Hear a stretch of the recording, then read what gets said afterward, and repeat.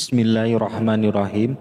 Assalamualaikum warahmatullahi wabarakatuh.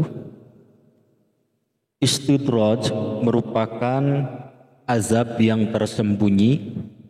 Bahkan orang yang mengalami istidraj itu sering tertipu atau terlena, tidak mengetahui yang sesungguhnya dikarenakan terasanya merupakan nikmat, tapi ternyata itu adalah azab istidraj dari Allah Subhanahu wa taala. Nah, dalam video ini saya akan memberikan cara merubah nikmat istidraj menjadi nikmat yang sesungguhnya. Jadi apabila sobat-sobat pada saat ini kebetulan berada di karir yang tinggi, bahagia, harta melimpah, padahal kita adalah hamba yang berdosa, yang belum sempat ditobati itu dosa-dosa, kebetulan saat ini kita mendapatkan istidraj dari Allah Subhanahu wa taala, inilah video yang tepat untuk Anda, yaitu cara merubah nikmat istidraj menjadi nikmat yang sesungguhnya. Langkah yang pertama yaitu kita menyadari bahwa kita adalah hamba yang berdosa, yang sudah melakukan banyak dosa, baik dosa maksiat, dosa judi, dosa mabuk, dosa durhaka terhadap orang tua, dan banyak lagi, termasuk juga kita menelantarkan anak istri. Nah, itu juga sama sebagai dosa-dosa yang harus kita tobati. Jadi intinya kita pertama kali menyadari itu, yang kedua yaitu kita bertobat kepada Allah Subhanahu wa taala. Cara bertobatnya jelas sudah diterangkan di video-video manapun, termasuk juga di video saya sebelumnya, yaitu dengan cara mandi tobat dan juga dengan cara sholat taubat. Itu yang paling utama. Nah, nanti ditambah lagi misalnya dengan amalan sayyidul istighfar atau dengan tobat-tobat yang lain. Monggo silahkan, gitu kan? Itu dua langkah yang pertama, yaitu menyadari akan dosa-dosa yang sudah kita lakukan. Yang keduanya kita segera bertobat, yaitu dengan mandi tobat dan sholat tobat, dan ditambah dengan amalan-amalan yang lain. Nah, setelah kita menyadari akan dosa-dosa dan setelah kita bertobat, selanjutnya kita berusaha merubah nikmat istidraj itu menjadi nikmat yang sesungguhnya. Bagaimana caranya? Caranya yaitu gunakan kenikmatan-kenikmatan yang saat ini kita alami untuk beramal kepada Allah Subhanahu wa taala. Balikan itu semua.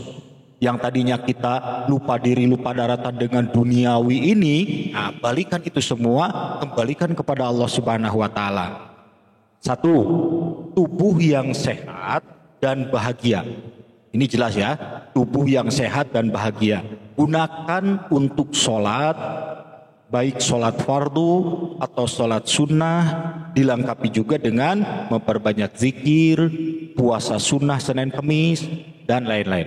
Banyak amalan-amalan yang bisa kita lakukan dengan raga ini, dengan tubuh ini. Kita diberi kesehatan, kebahagiaan oleh Allah Subhanahu wa taala, tidak banyak pikiran, tidak banyak cicilan, tidak banyak beban. Nah, gunakan itu semua, gitu kan? Kembalikan kesehatan itu, tubuh yang sehat itu kembalikan kepada Allah Subhanahu wa taala dengan cara memperbanyak sholat, memperbanyak dengan berzikir, puasa sunnah, puasa wajib apalagi, gitu kan? Dan lain-lain.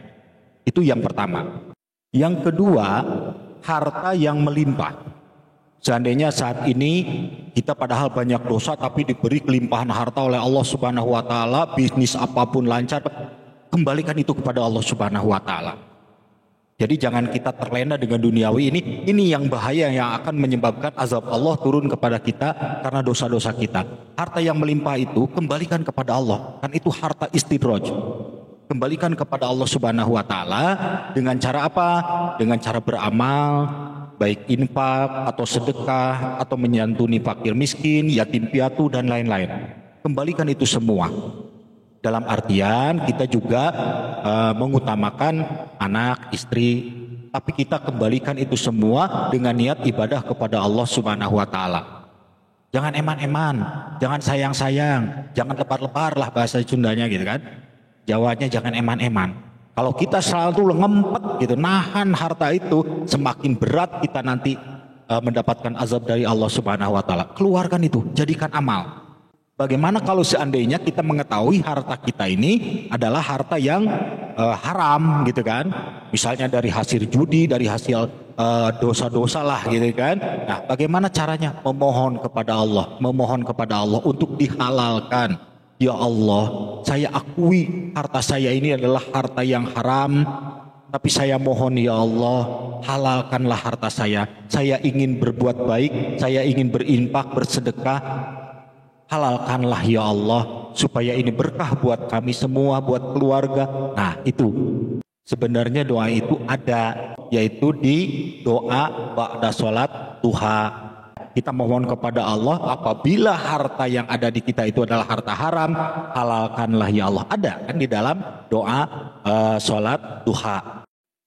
Nah yang ketiga, apabila Anda punya karir dan kesuksesan yang meningkat saat ini, padahal kita adalah latar belakangnya orang berdosa, itu merupakan istidraj dari Allah Subhanahu wa taala, maka gunakan karir dan kesuksesan itu untuk membantu orang lain dengan adil dan jujur. Apabila punya kedudukan naik pangkat atau jabatan, gunakan pangkat dan jabatan itu untuk kemaslahatan umat, berlaku amanah, berlandaskan keimanan dan ketakwaan kepada Allah Subhanahu wa taala. Itu sebagai bentuk kita mengembalikan karir dan kesuksesan yang saat ini meningkat dari Allah Subhanahu wa taala, yang merupakan istidraj karena kita banyak dosa. Nah, gunakan itu semua, kembalikan kepada Allah. Nah, supaya apa? Supaya berbalik itu semua menjadi nikmat atau menjadi pangkat karir kesuksesan yang sesungguhnya, bukan istidraj ya.